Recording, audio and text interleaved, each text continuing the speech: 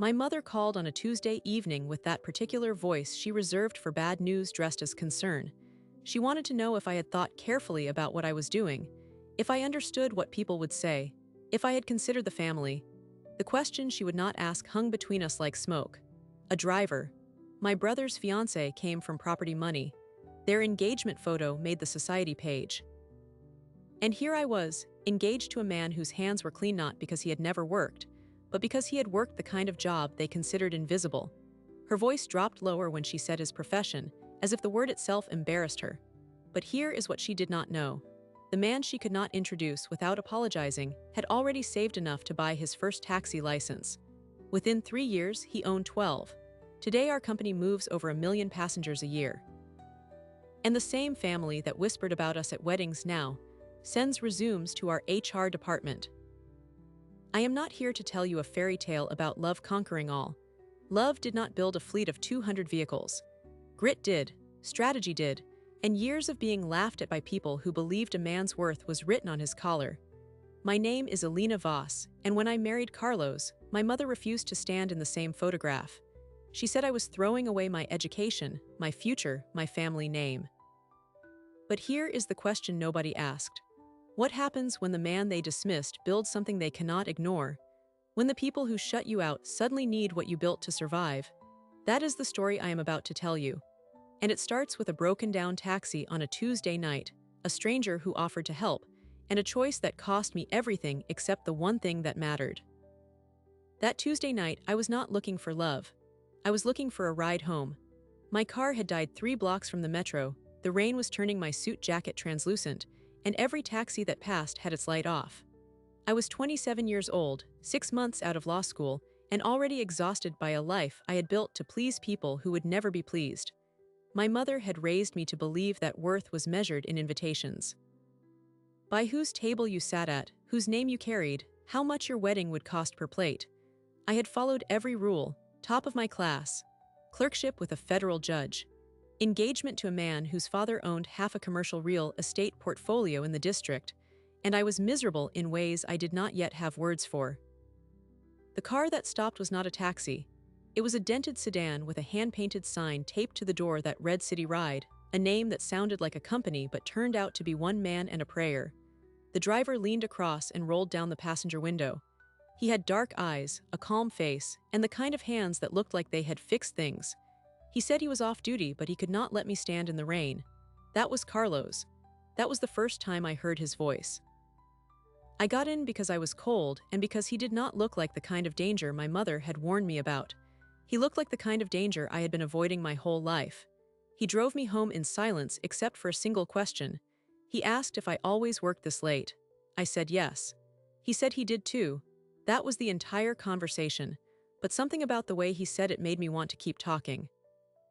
I did not tell my family about him for 3 months, not because I was ashamed, because I knew what would happen, and I wanted to keep him for myself just a little longer before they turned him into a problem.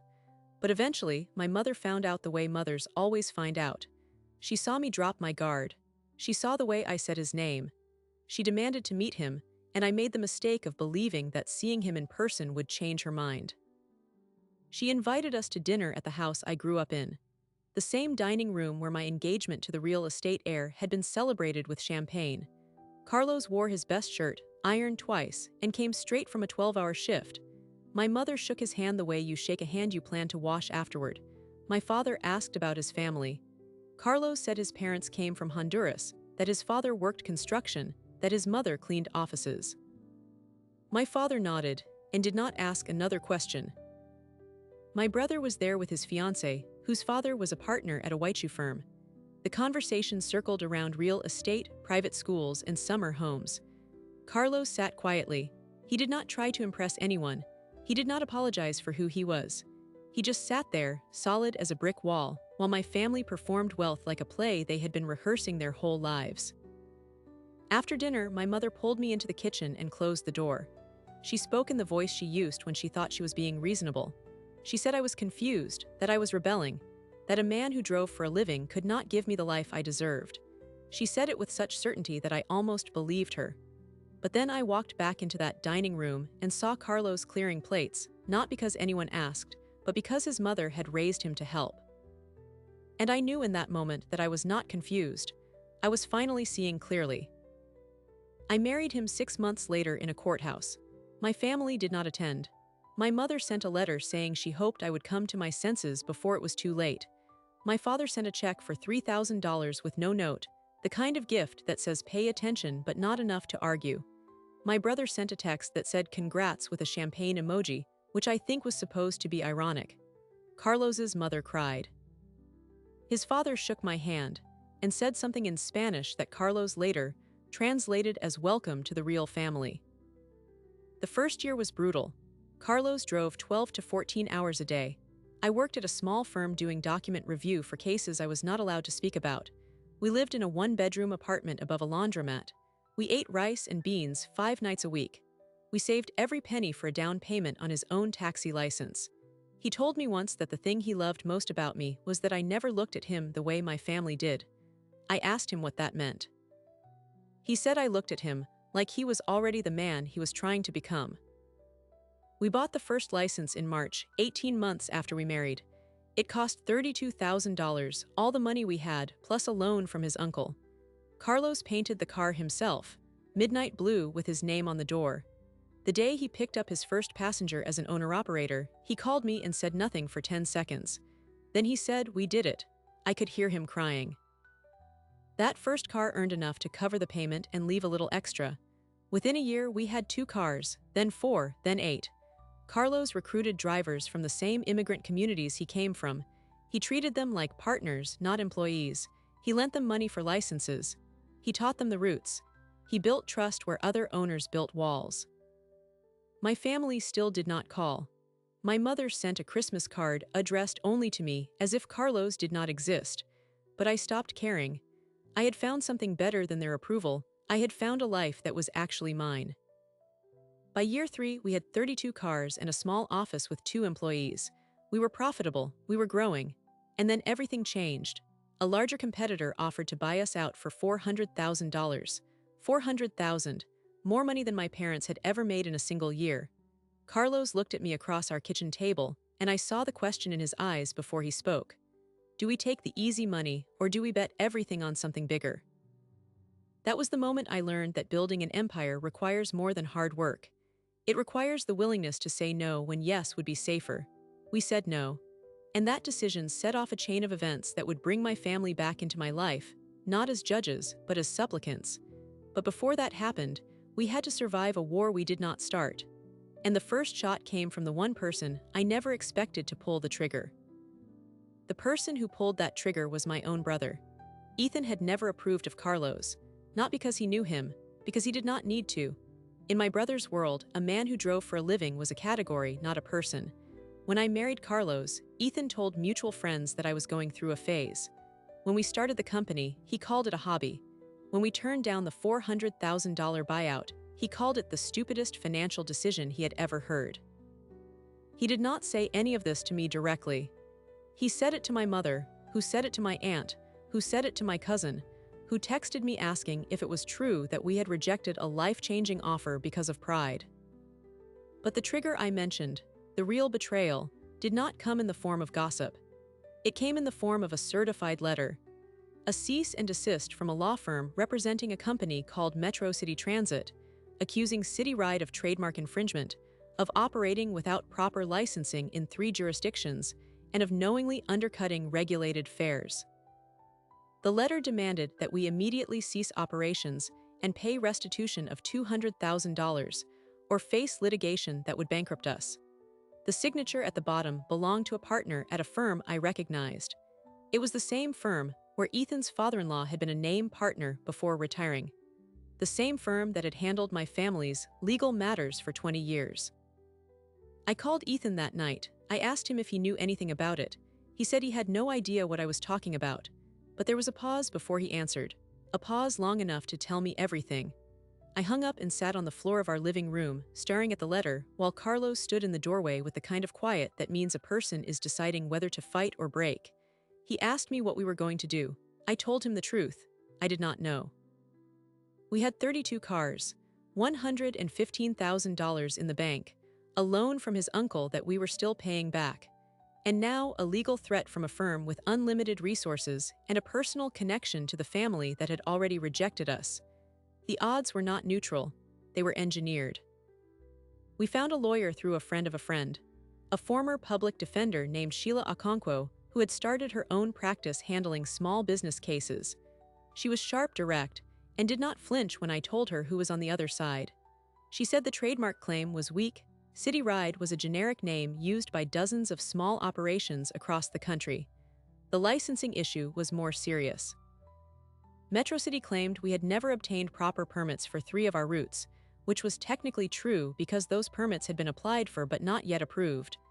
The undercutting accusation was baseless. We were charging standard market rates. But the real problem was money. We could fight the case, but it would take months and cost tens of thousands. And during those months, the uncertainty alone could kill our business. Sheila said something I have never forgotten. She said that in cases like this, the law is not the battlefield. The money is. Whoever can survive longer wins. Metro City was betting that we would fold before we could prove our case. And they had reason to bet that way, because most small businesses facing a well-funded opponent do fold. But Carlos and I had something they had not accounted for. We had nothing to go back to. We had already been written off by the people who were supposed to support us. There was no safety net beneath us, which meant there was no fear of falling. You cannot threaten a person with losing something they have already lost. We decided to fight, not because we were confident, because the alternative was to let the people who had always underestimated us decide our future, and I was done letting anyone else decide. We liquidated everything we could. Carlos sold his personal car. I sold jewelry my grandmother had left me. His uncle offered to mortgage his house. We refused, but the offer alone changed something in Carlos. He started to see that his community was not just a source of drivers, it was a network of people who had each other's backs in ways my family had never understood. We raised $80,000 for legal fees. Sheila filed a motion to dismiss the trademark claim. Metro City counterfiled with additional allegations. The clock started ticking, and every day that passed without resolution cost us momentum. Drivers started getting nervous. A few quit. Our phone stopped ringing as often. Carlos kept driving his own route 12 hours a day while I handled the legal paperwork and the calls from creditors. Then in the middle of all of it, my mother called. She did not ask how I was. She said she had heard we were having legal trouble. She said it in that voice that pretended to be concerned but was really collecting information. I told her we were fine. She said she hoped so because she had heard that Metro City was connected to people who did not lose. I asked her how she knew that. She said she had heard it from Ethan. I asked her why Ethan was talking about my legal case with Metro City. There was a pause. Then she said because he plays golf with the son of the man who owns the company, and she said it like it was the most natural thing in the world. I did not scream, I did not cry. I thanked her for the information and hung up. Then I sat in the dark for a long time, feeling the shape of what had actually happened. My brother did not just know about the lawsuit. He was connected to the people who started it. He had not warned me. He had not told his own sister that her business was being targeted by his golf partner's father. He had let us bleed. Carlos came home at midnight. I told him what I had learned. He sat down next to me on the floor, took my hand, and said something I will never forget. He said in his country, family is everything. But he was learning that in this country, family can also be the people who hold the knife. We sat there for a long time, not talking, just breathing together in the dark. And somewhere in that silence, I made a decision. I was done being the victim of my family's cruelty. I was going to win not despite them, but as the only answer they would ever understand. The break came 6 weeks later. Sheila found a procedural error in Metro City's original complaint. They had filed in the wrong jurisdiction for one of their claims. She moved to have the entire case dismissed with prejudice. The judge granted the motion. Metro City's lead attorney looked like he had swallowed glass. The case collapsed. We did not get restitution. We did not get an apology. But we got something better. We got the right to keep going. Within 3 months, we had 50 cars. Within 6, 80. The publicity from winning the case against a larger competitor brought us more business than we could handle. Journalists called. Local news wanted interviews. Carlos declined most of them, but he agreed to one. A reporter asked him how a former driver had built a company that could take on a corporate giant and win. He looked straight into the camera and said because I had someone who believed in me before I believed in myself. My mother did not call after the news coverage, but my father did. He said he was proud of me. I believed him, but it felt like hearing a phrase in a language I had stopped speaking. I thanked him and said I had to go. I did not mention Ethan. I did not mention the lawsuit. Some bridges are not worth rebuilding until the other side admits they burned them. By the end of year 4, we had 140 cars and our first real office building, a 2-story brick building in a working-class neighborhood that reminded Carlos of where he grew up. We hired a general manager so Carlos could stop driving and start running the company full-time. He hated it at first. He missed the road. He missed the conversations with passengers. He told me once that driving was the only time he felt completely in control of his life. But he learned. And within a year, he was better at strategy than he had ever been at driving. That was when the first call came. A cousin of mine, someone I had not spoken to in 6 years, asking if we were hiring drivers. I told her to apply online like everyone else. She did not get the job, not because I was punishing her, because she did not pass the background check. But the call told me something important. Word was spreading. The family that had laughed at us was starting to pay attention, and they were not laughing anymore. Then my mother called, not about hearing, about Ethan. He had been laid off. His father-in-law's firm had merged with another and the new partners had cut half the associates. Ethan was one of them. He had a mortgage, a wife, 2 children, and no job. My mother asked if I could help. She said it carefully, the way you say something you know is unreasonable but hope kindness will make acceptable. I asked her what kind of help she meant. She said maybe Carlos's company had an opening. Maybe something in management. I did not say yes. I did not say no. I said I would think about it, and I hung up. Then I walked into the kitchen where Carlos was making coffee and told him what my mother had asked. He set down the pot and looked at me for a long moment.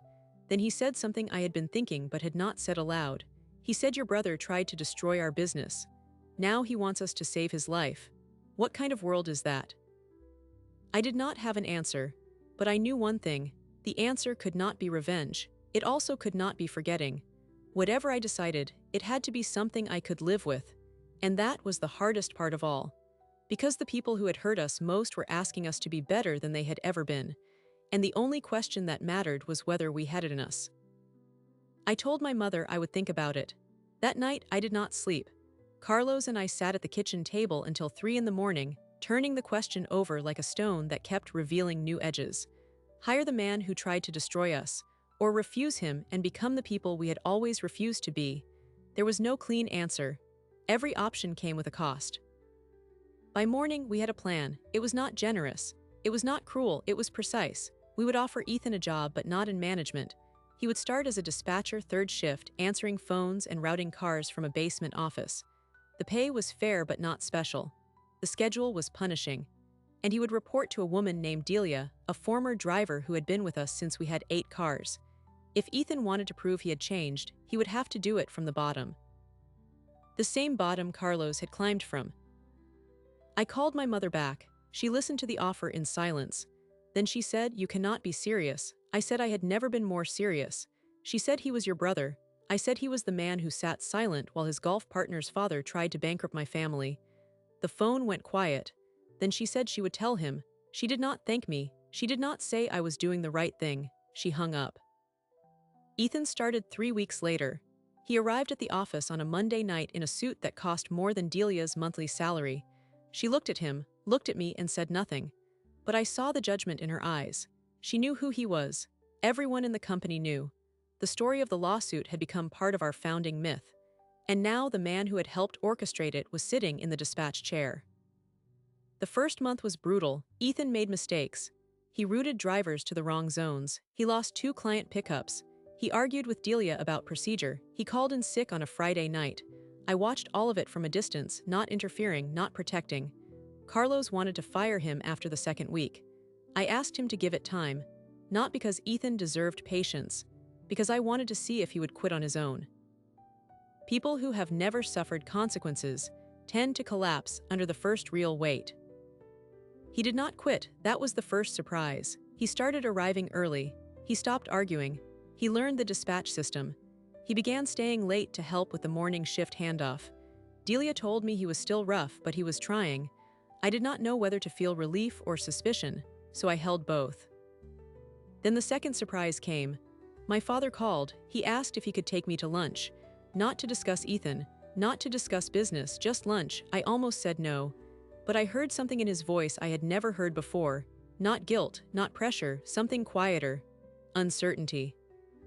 We met at a diner near my office. He looked older. His hands shook slightly when he picked up his coffee cup.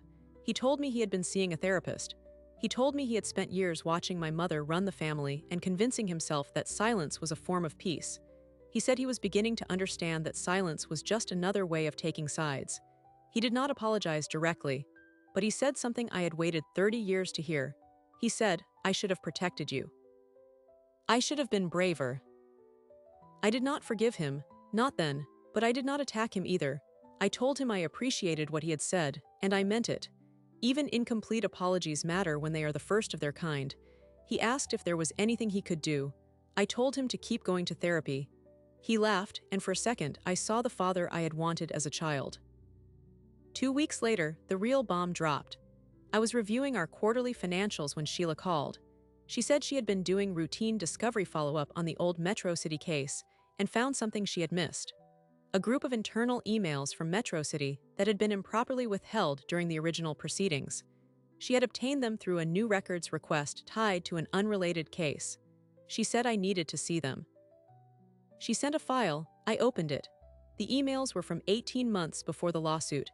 They showed planning conversations between Metro City's general counsel and an outside advisor. The advisor had provided detailed information about our company, our route permits, our cash reserves, our driver shortage during a particular month. The information was accurate. It was also information that only someone inside our operation could have provided. I scrolled to the name of the advisor. It was not Ethan, it was my mother. She had contacted Metro City through a mutual acquaintance and offered to help them understand our vulnerabilities. She had done it 6 months before the lawsuit was filed. She had done it without Ethan's knowledge. The emails made clear that she was acting independently. Her motivation was not stated explicitly, but it did not need to be. She wanted to punish me for marrying Carlos. She wanted to break us so I would come home, admit I was wrong, and let her rebuild me in her image.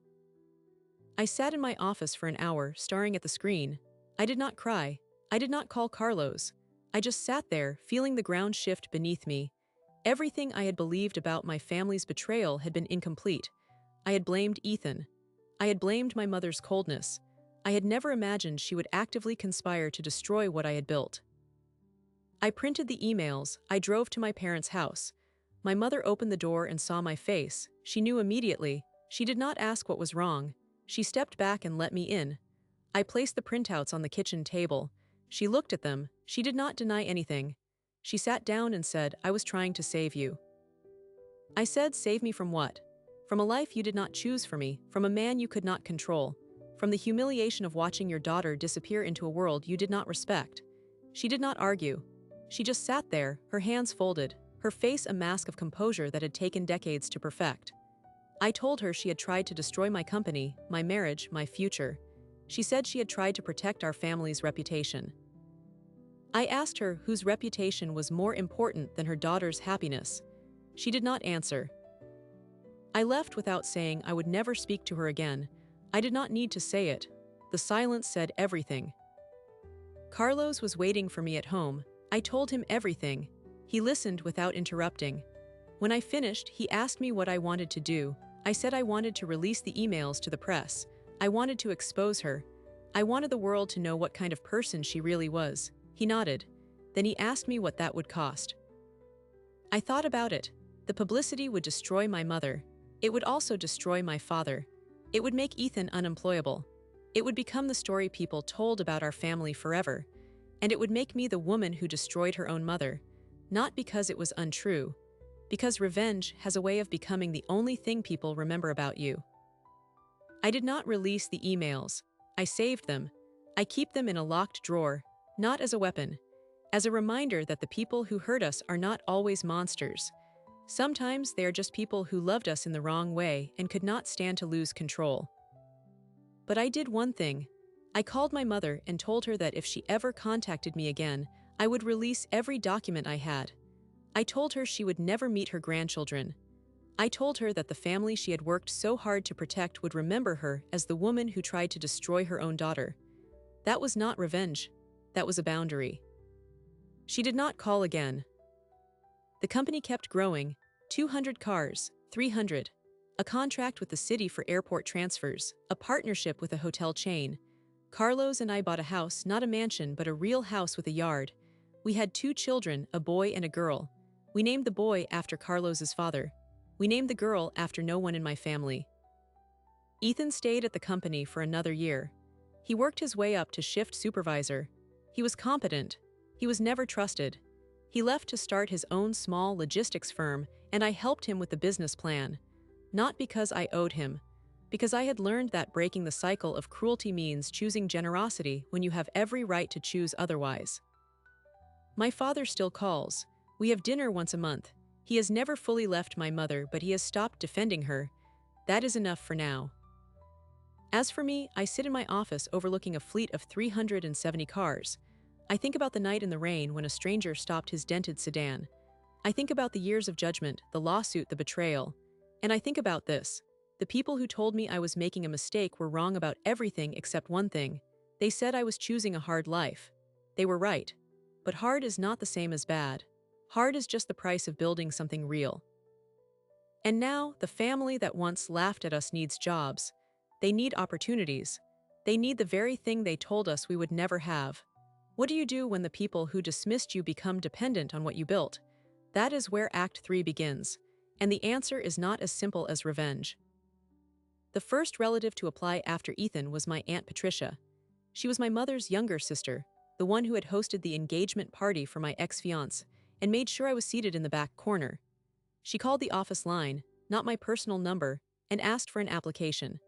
Our HR manager handed me the printout with a raised eyebrow. Patricia had listed her previous job as event coordinator for a nonprofit that I knew for a fact had let her go for mismanaging funds. She had also left off the 6-month gap where she had tried to sell luxury candles from her living room. I approved the application, not because Patricia deserved a chance, because denying it would have felt like admitting her opinion of me still mattered. She started as a part-time customer service representative, taking complaints from riders who had been kept waiting. She lasted 3 weeks. She quit after a passenger called her incompetent, which was accurate. She did not ask for another chance. She did not call me afterward, but she told my father that I had been fair. From Patricia, that was as close to an apology as I would ever get. Then came my cousin Marcus, the one who had posted on social media after my courthouse wedding that I was throwing away my potential. He wanted to be a driver. He had a clean record, a valid license, and a desperate need for income after his roofing business collapsed. Carlos interviewed him personally. He asked Marcus one question: "Why should we trust you?" Marcus said he did not expect trust. He only asked for a chance to earn it. Carlos hired him. Marcus has been driving for us for 3 years now. He has one of the highest customer ratings in the fleet. He sends his daughter to a better school than any of us grew up attending. He sends me a text every Christmas that says thank you. I never reply, but I never delete them either. The pattern repeated. Cousins, in-laws, second cousins once removed. People who had attended the dinner parties where my name was used as a cautionary tale. People who had smiled at my mother while she described my choices as a phase. People who had never once reached out during the years we were fighting for survival. Now they needed us. And the question was not whether to help them. The question was how to help them without losing myself. Carlos and I created a policy. We would hire family members, but only through the same process as everyone else. Background check, driving record, interview, probation period. No exceptions. If they made it through, they were treated exactly like any other employee. No special favors, no extra patience, but also no extra scrutiny. The policy was not designed to punish. It was designed to protect the company from the very dynamics that had nearly destroyed us. Within 18 months, 11 family members were on our payroll.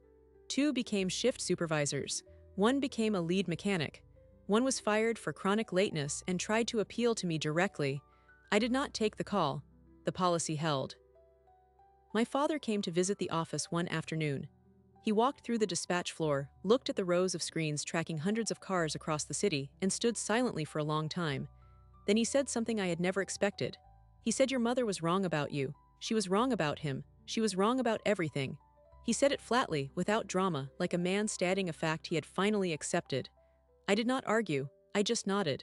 He asked if he could meet Carlos in his office. They shook hands. My father said, I am sorry for how long it took me to see what you built. Carlos said the important thing is that you are here now. That was the entire conversation. My mother did not come. She sent messages through my father for a while, then she stopped. I heard through my aunt that she had started seeing a therapist. I did not verify it. I did not need to. What she did with her guilt was her responsibility, not mine to manage. The surprising detail came in year 7. I was reviewing old financial records for a potential investor meeting when I found something I had missed. A small wire transfer, dated 3 months before the Metro City lawsuit. $2,000, sent to a law firm that had no connection to our business. The sender was listed as Denise Mercer, my mother. I traced it. She had paid a consulting fee to a firm that specialized in intellectual property disputes. The payment was for an initial assessment of whether a small transportation company named City Ride could be successfully challenged on trademark grounds. She had paid for the legal ammunition that was later used against us. She had not just conspired with Metro City. She had funded the first shot. I sat with that information for a week. I did not tell anyone, not Carlos, not my father, not the lawyer. I held it because I needed to decide what it meant. In the end, I decided it meant that my mother's actions were not a momentary lapse. They were a sustained campaign, executed with planning and money. That made her a more committed enemy than I had realized. But it also made her more pitiable. She had spent thousands of dollars and years of energy trying to destroy something that ultimately grew stronger because of her attacks. She had lost everything, her daughter, her grandchildren, her peace, and gained nothing. I did not act on the information. I filed it in the same locked drawer as the emails, not as forgiveness, as a complete record. One day, if my children ask me why we do not speak to their grandmother, I will be able to show them the exact shape of the truth. Not to poison them, to make sure they understand that love can coexist with accountability. The company continued to grow. 400 cars, 500. A contract with the city's public schools to transport students with special needs. A partnership with a hospital network for non-emergency medical trips. We opened a second office in a neighboring city. Carlos hired his nephew to run it, a young man from Honduras who had crossed the border alone at 16 and worked construction for 7 years before Carlos offered him a chance. That nephew now manages 50 drivers and sends money home to support his parents and 3 siblings. We built a scholarship fund for drivers' children. We established a health insurance plan that covered preventive care. We created a pathway to ownership. After 3 years of safe driving, any employee could lease a car with no down payment and buy it outright after 2 more years. 31 drivers have become owner-operators through that program. 15 of them are immigrants. 8 of them are women. None of them had a family member who was a federal judge. My children are 8 and 6 now. They ask questions about our family. My daughter wanted to know why we never visit Grandma. I told her the truth in age-appropriate pieces. I said Grandma and I had a disagreement that could not be fixed. She asked if Grandma was bad. I said no, but she made choices that hurt us badly. My daughter thought about it and said, so we do not have to forgive her. I said we do not have to do anything except take care of each other. She seemed satisfied with that.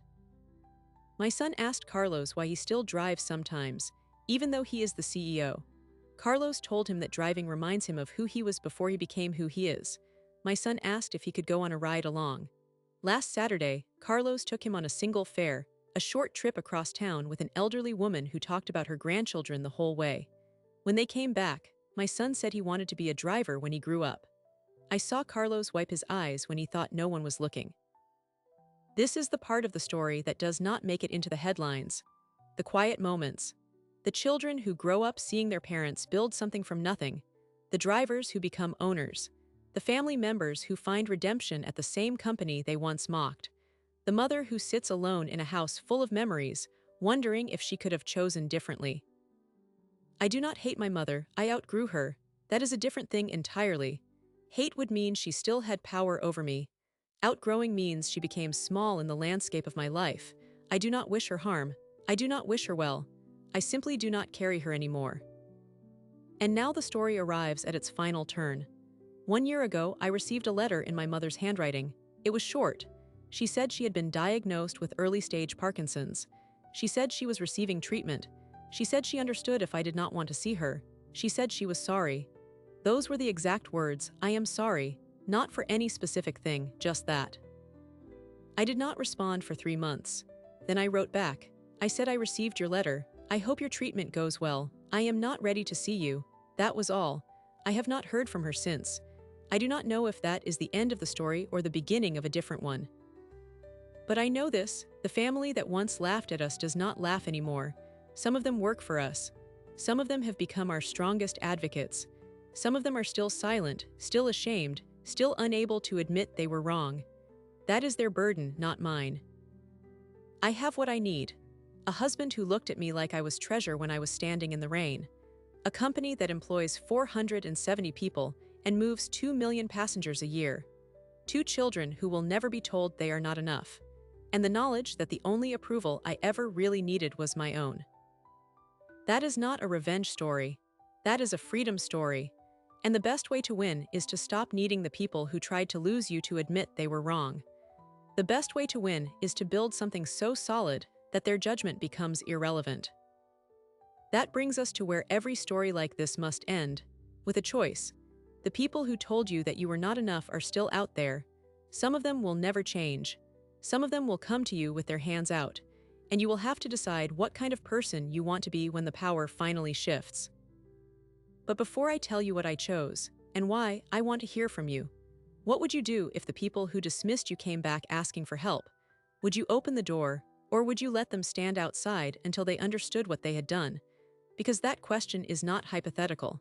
It is the question every one of us will face someday, and the answer reveals more about us than we may be ready to admit. I asked you what you would do if the people who dismissed you came back asking for help. I have been asking myself that question for 7 years now, and I have learned something. The answer is not fixed. It changes with each new relative who walks through our door, each apology that arrives too late or not at all, each moment when I feel the old anger rising and have to decide whether to feed it or let it pass. Here is what I know for certain. Holding onto resentment is like driving with the parking brake on. You can still move forward, but everything costs more. The engine runs hotter, the fuel burns faster, and you never reach the speed you could have if you had just let go. I am not saying forgiveness is always possible. I am saying that carrying the weight of other people's failures is a choice, and it is a choice that only hurts the person doing the carrying. The people who underestimated Carlos and me did not stop us. They gave us something better than support. They gave us a reason to prove them wrong. Every sneer, every whispered comment, every dinner where we were seated at the far end of the table, all of it became fuel. But fuel burns. And eventually, you have to ask yourself what you are burning toward. If the answer is only revenge, you will arrive at an empty destination. I chose to build towards something else. A company that treats drivers like partners. A family where my children will never wonder if they are enough. A life measured by impact, not by the approval of people who were never capable of giving it. That is the only victory that lasts. The world loves a story where the underdog triumphs and the villains get their comeuppance. But real life is messier. Some of the people who hurt us never apologize. Some of them die still believing they were right. Some of them change just enough to make forgiveness possible but not easy. And we have to live with all of it. What I want you to take from this story is not a formula. It is a question. What are you carrying that does not belong to you? Whose judgment are you still trying to outrun? What would it look like to stop defending your worth to people who were never qualified to evaluate it? I am Alina Voss.